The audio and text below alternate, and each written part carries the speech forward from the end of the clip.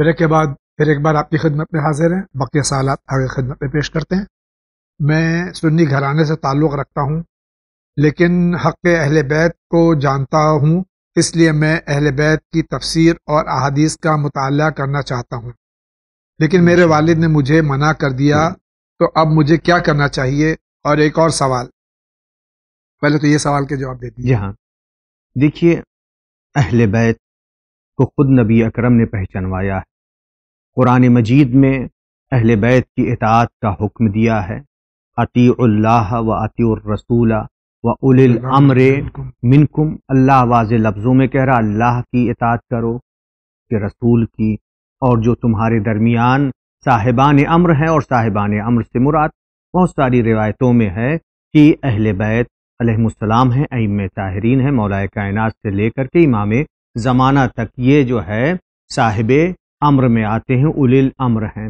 تو پس یہ جب قرآن نے حکم دیا ہے، نبی اکرم نے حکم دیا ہے کہ اہل بیت سے وابستہ رہو، اہل بیت سے محبت کرو، تو اہل بیت کے بارے میں کتابوں کا مطالعہ کر رہے ہیں، اور اگر باپ منع کر رہے ہیں تو یہاں پر باپ کی اطاعت واجب نہیں ہے۔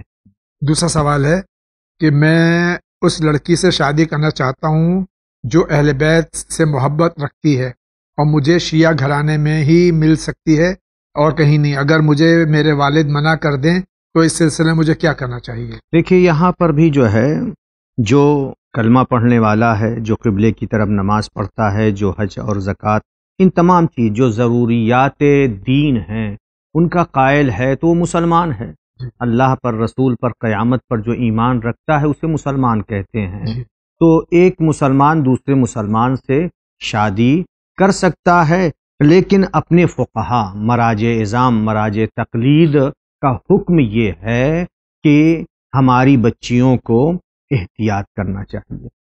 ہیلو، السلام علیکم جاوید زیدی بھائی اور عالم دین۔ علیکم السلام۔ مجھے کچھ مسئلہ پوچھنا تھا، کیا آپ میری مدد کر سکتے ہیں؟ یہ ہمارا چینل اور یہ ہمارا پروگرام مسائل زندگی اسی لیے ہے، اور 1000 سے زیادہ ایپیسوڈ ہو گئے ہیں۔ ہم یہ مسائل علماء کے سامنے پیش کرتے ہیں جو شریعت کی روشنی میں آپ کو جواب دیتے ہیں۔ بالکل آپ سوال کیجیے، یہاں ہر سوال کا جواب دیا جاتا ہے۔ میرا نام فاطمہ جعفری، احمد آباد سے۔ مسائل زندگی ہمارا یہ سوال ہے کہ قریباً 8 ایئر سے ہمارا کوئی کام نہیں بن رہا ہے، تقریباً سب اعمال کرنے کے بعد بھی جب ہم کوئی اعمال وظیفہ انجام دیتے ہیں تو بات اینڈ تک جاتی ضرور ہے، مگر پھر کام نہیں بن پاتا ہے، اور اسپیشلی شادی رشتہ نہیں ہو پا رہا ہے۔ ہمیں لگتا ہے کچھ رکاوٹ آ جاتی ہے، تو پلیز آپ ہمیں کوئی عمل بتا دیجئے، ہمیں آپ کے جواب کا انتظار رہے گا۔ بہت بہت شکریہ۔ دیکھیے، بہن نے یہاں پر 2 چیزوں کے متعلق جو خلاصہ ہوا ہے، 2 چیزوں کے متعلق سوال کیا ہے۔ ایک چیز تو یہ ہے کہ ان کو یہ ہے کہ ان کے کام میں بندش ہے، یہ محسوس کر رہی ہیں، تو اس کے لیے ہے کہ سورہ علم نشرح کی تلاوت نماز صبح کے بعد 7 بار کریں، کیونکہ سورہ علم نشرح کے لیے ہے کہ دل کی تنگی کو بھی دور کرتا ہے، اور ساتھ ساتھ اگر کام میں بندش ہے، رکاوٹ ہے، یا اور زندگی میں کوئی مشکل ہے تو اس سے اس سورہ علم نشرح کی تلاوت سے وہ مشکل برطرف ہوتی ہے۔ یہ پہلا جواب ہوا پہلے سوال کا، یعنی گویا ایک طرح کی یہ وظیفہ ہے، عمل ہے کہ سورہ علم نشرح کی تلاوت نماز صبح کے بعد 7 بار پابندی سے کریں، انشاءاللہ ان کی مشکلات دور ہوگی۔ اور دوسرا سوال یہ ہے کہ انہوں نے اولاد کے لیے سوال کیا، دیکھیے یہی ہے، نہیں شادی کے لیے، ہاں شادی کے لیے کیا ہے۔ شادی کے لیے جو سوال کیا ہے اس کے لیے ہے کہ نماز صبح کے بعد سورہ طٰہٰ، کچھ آیتیں بھی ہیں بعض علماء بیان کرتے ہیں، لیکن بعض روایتوں میں آیا ہے کہ پابندی کے ساتھ سورہ طٰہٰ کی تلاوت کریں، انشاءاللہ تعالی غیب سے بہترین رشتہ آئے گا، ایسا رشتہ ہوگا کہ جو ان کے لیے بہترین موافق شریک حیات بنے گا انشاءاللہ۔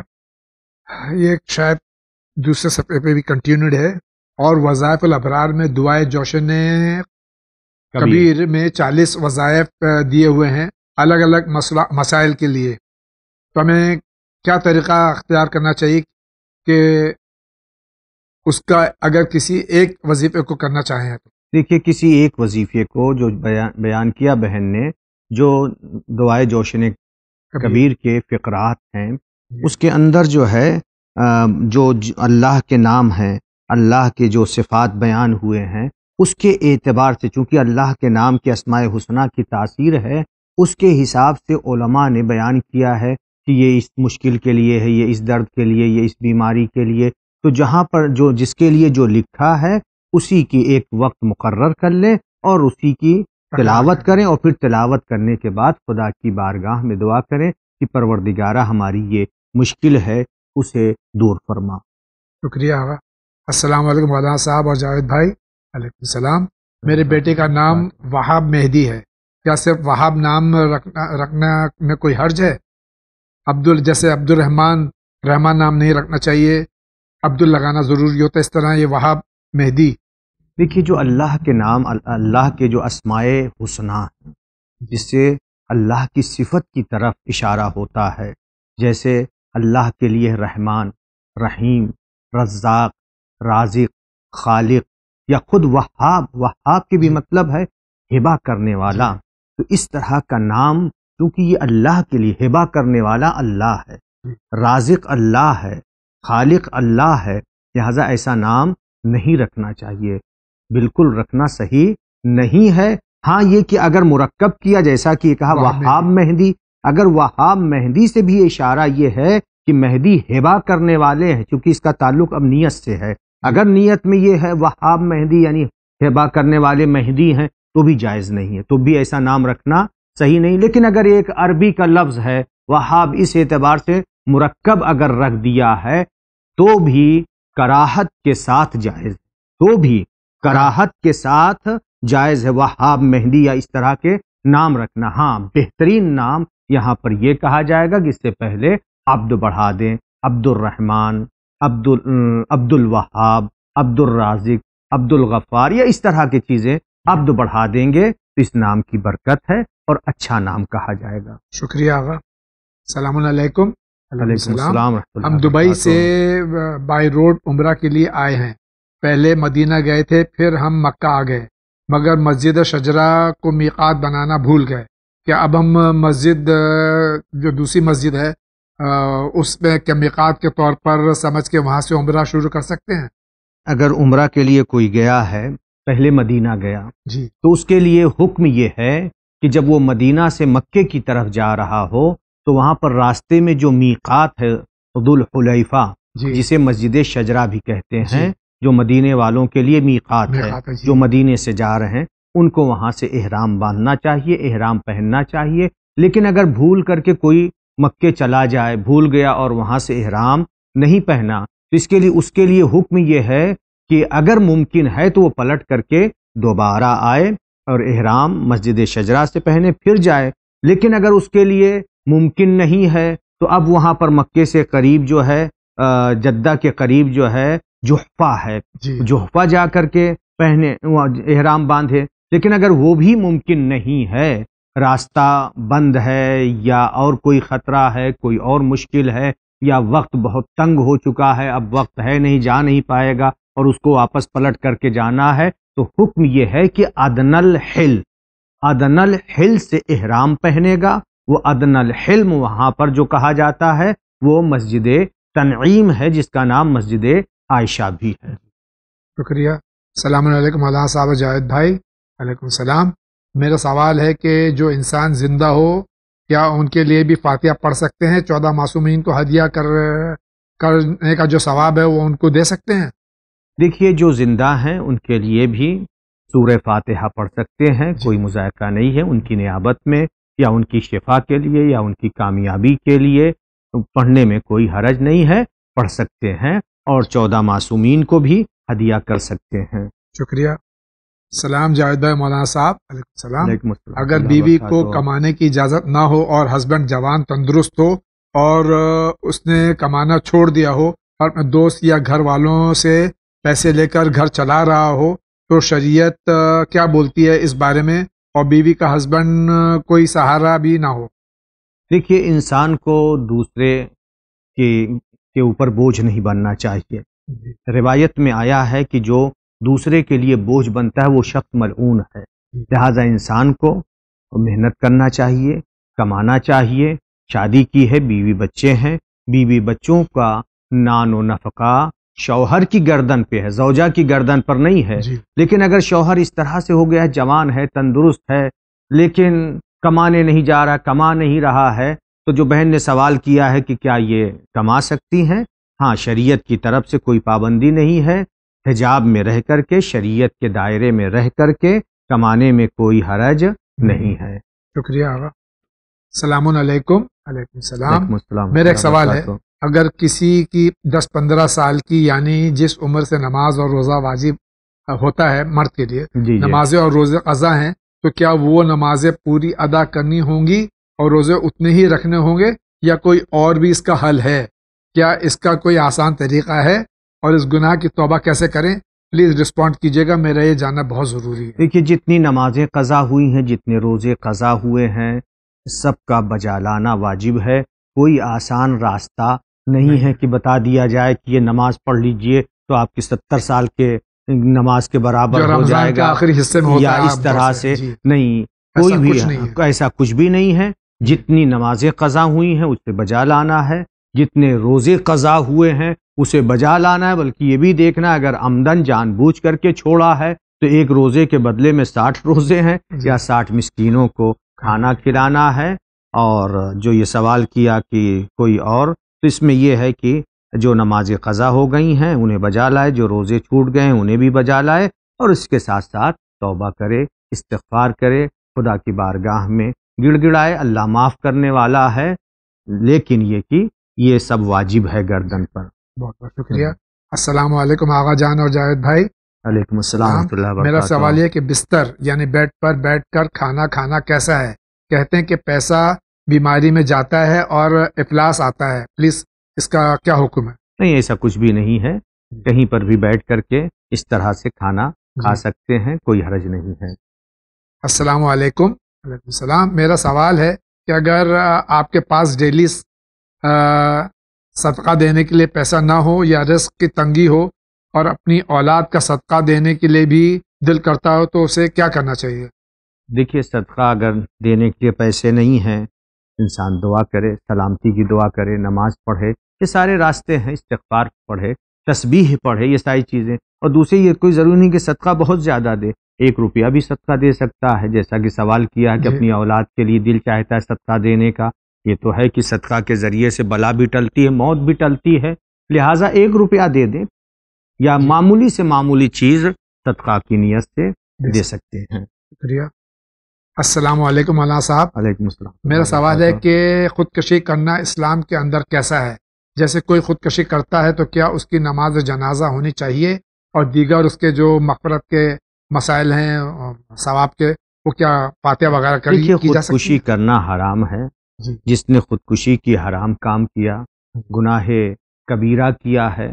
لیکن یہ کہ جو سوال یہ ہے کہ نماز جنازہ ہونی چاہیے، ہاں مسلمان ہے، کلمہ پڑھتا تھا، لہٰذا ہر مسلمان کی نماز جنازہ واجب ہے، اور اس کی مغفرت کے لیے، کیونکہ اب اس نے خودکشی کس بنا پہ کر لی، عقل نے کام نہیں کیا یا کیا ہوا، گناہ کیا اس نے، لیکن یہ کہ اب اس کی مغفرت کے لیے استغفار کرنا، قرآن کی تلاوت کرنا تاکہ اس کے گناہوں میں کمی ہو جائے، یا مجالس سید الشہداء برپا کرنا، اس میں کوئی حرج نہیں ہے۔ شکریہ۔ سلام آغا صاحب جاوید بھائی۔ علیکم السلام۔ اگر ہم سفر میں ہوں، مسئلہ اپنے سٹی سے دوسرے سٹی کی جانب، اور ادھر راستے میں نماز کے لیے نہیں رک سکتے، خطرہ ہے تو، یا حالات خراب ہوں اس وجہ سے، تو ہم اپنی نماز وقت پر پڑھنا چاہتے ہو تو کس طرح پڑھیں؟ مثلا مسلسل گاڑی چل رہی ہوتی ہے، وضو کا اور سجدگاہ بھی ہے، مگر نماز کیسے پڑھ سکتے ہیں؟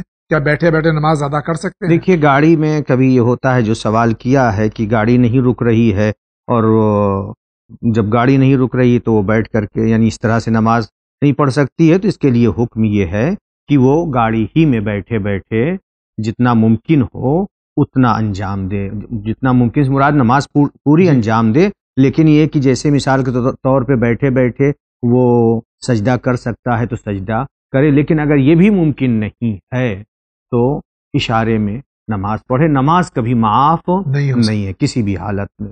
شکریہ آقا. السلام علیکم. وعلیکم السلام. میرا سوال ہے اگر ہم آن لائن کلاس اٹینڈ کر رہے ہیں from YouTube and the teacher is female, عورت محرم نامحرم ہے اور ان کے بال بھی کھلے ہوئے ہیں, تو کیا اس صورت میں اس کو دیکھنا صرف پڑھائی کی نیت سے جائز ہے؟ دیکھیے اگر ٹیچر جو تعلیم دے رہی ہے اس کے بال کھلے ہوئے ہیں, جان بوجھ کر کے دیکھنا یہ حرام ہے. شکریہ آقا. السلام علیکم مولانا صاحب. جاوید بھائی. علیکم السلام. مولانا صاحب میرا یہ سوال ہے کہ اگر ایک مرد کو دوسری شادی کرنی ہے تو اسے اپنی پہلی بیوی سے پوچھنا پڑتا ہے, اور اگر اس کی پہلی بیوی منع کر دے اور دوسری شادی نہیں کر سکتا تو کیا کرنا چاہیے؟ شجاع عباس پڑوسی ملک سے سوال کر رہے ہیں. اچھا ٹھیک ہے. دیکھیے دوسری شادی کرنے کے لیے اللہ تعالیٰ نے اسلام میں 4 کی اجازت دی ہے, لیکن ساتھ ساتھ یہ بھی کہا ہے اللہ تعدلوا فواحدہ. اگر تم 4 شادیاں کر رہے ہو یا 3 کر رہے ہو یا 2 کر رہے ہو اور ان کے درمیان تم عدالت نہیں کر سکتے ہو تو ایک پر اکتفا کرو. لیکن جو یہ سوال ہے کہ دوسری شادی کرنے کے لیے کیا اپنی پہلی بیوی سے اجازت لینا ضروری ہے؟ نہیں, اجازت لینا ضروری نہیں ہے. اور یہ پھر سوال ہے کہ اگر وہ منع کر دے, اور اگر منع بھی کر دیا ہے تو بھی جو ہے آپ کے لیے رکنا واجب نہیں ہے. لیکن اگر آپ یہ دیکھ رہے ہیں کہ ہم دوسری شادی کریں گے تو ہمارے گھر کا نظام بگڑ جائے گا, ہمارے بچے منتشر ہو جائیں گے, اصلاح نہیں ہو پائے گی, تربیت نہیں ہو پائے گی, اگر ان باتوں کا خطرہ ہے تو ایک بیوی ہے آپ کے حقوق کو پورا کر رہی ہے, اشارہ حقوق سے مراد سمجھ رہے ہوں گے کہ اگر وہ حقوق کو پورا کر رہی ہے, کوئی کمی نہیں ہے, فواحدہ ایک ہی پر اکتفا کریں. بہت بہت شکریہ آقا. السلام علیکم مولانا. اگر روزے کی حالت میں دانت میں درد ہو تو کیا کرنا چاہیے, کیونکہ دانت میں درد برداشت نہیں ہو پاتا؟ دیکھیے اگر دانت میں درد ہے اور ناقابل برداشت ہے تو ڈاکٹر کے پاس جائیں, وہ دوا وغیرہ لگا دے, مرہم لگا دے یا جو بھی اس طرح کی چیز ہو کہ درد میں افاقہ ہو جائے. لیکن یہ خیال رہے کہ جو دوا ڈالی ہے وہ حلق کے اندر نہ جانے پائے, ورنہ یہ کہ حلق کے اندر اگر وہ دوا چلی گئی تو روزہ باطل ہو جائے گا. ٹھیک ہے کفارہ نہیں ہے لیکن روزہ باطل ہو جائے گا. اور اگر اتنا درد ہے کہ ناقابل برداشت ہے, انجیکشن لگوانا ہے یا دانت اکھڑوانا ہے جس کی بنا پر پانی حلق کے اندر جائے گا یا دوا جائے گی, ایسی صورت میں روزے کو توڑ سکتا ہے, بعد میں اس روزے کی قضا کرنا ہوگی, کفارہ نہیں ہے. شکریہ آقا. السلام علیکم. علیکم السلام. کیا اسلام میں کسی ٹرسٹ کا متولی بننا جائز ہے یا نہیں؟ ہماری سوسائٹی میں اس کام کو حرام سمجھا جاتا ہے اور یہ کہا جاتا ہے کہ کسی کو اگر بد دعا دینا ہو تو یہ اس کے لیے دعا مانگو کہ وہ کسی اسلامک ٹرسٹ کا متولی بن جائے.